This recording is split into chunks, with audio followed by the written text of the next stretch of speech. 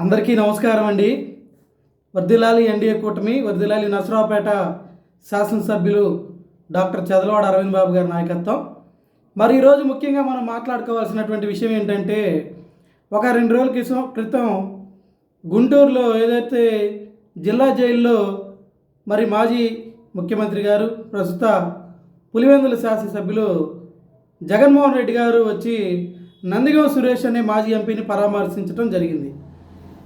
పరామర్శించేటప్పుడు మరి మన Telugu Desam party government మీద కొన్ని విమర్శలు చేయటం జరిగింది, మన పార్టీ మీద. అవి ఏమిటాయా అంటే, దళితుల పట్ల తెలుగుదేశం పార్టీ వ్యవహరిస్తున్న తీరు, ఒక దళిత ఎంపీ కాబట్టి ఈరోజు నందిగం సురేష్ గారి మీద చర్యలు తీసుకున్నారు, కేసులు పెట్టారు అని చెప్పేసి ఆయన మాట్లాడటం జరిగింది. మేము జగన్మోహన్ రెడ్డి గారిని ఒకే ఒక విషయం సూటిగా అడుగుతాము ఈరోజు. ఎందుకంటే మరి గతంలో డాక్టర్ సుధాకర్ గారిని దళితుడు అనే ఉద్దేశంతోనేగా మీరు మరి అంత దారుణమైన స్థితికి వెళ్తానికి కారణమై, ఆయన చావుకు కారణమైంది మీరు కాదా జగన్మోహన్ రెడ్డి గారు అని మేము అడుగుతున్నాం ఈరోజు.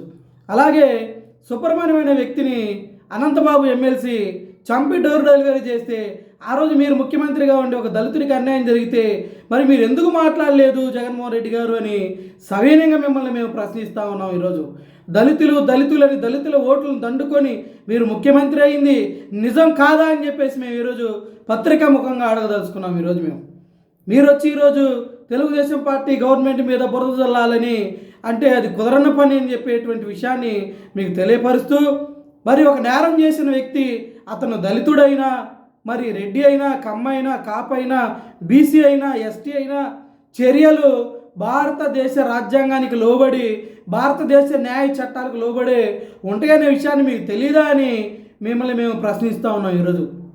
మరి మీరు చూస్తే ఈరోజు గవర్నమెంట్ మీద బురద జల్లే కార్యక్రమాన్ని మానుకోకపోతే 11 సీట్లతో ఉన్న మీరు ఈసారి 1 సీటుకి వచ్చినా కానీ ఆశ్చర్యం లేదనే విషయాన్ని మీకు గుర్తు చేస్తూ, మీ గడ్డిపర్తి రమేష్ బాబు, డాక్టర్ చదలవాడ యువసేన పల్నాడు జిల్లా, అలాగే Narasaraopet municipal boys high school SMC chairman, అందరికీ నమస్కారం.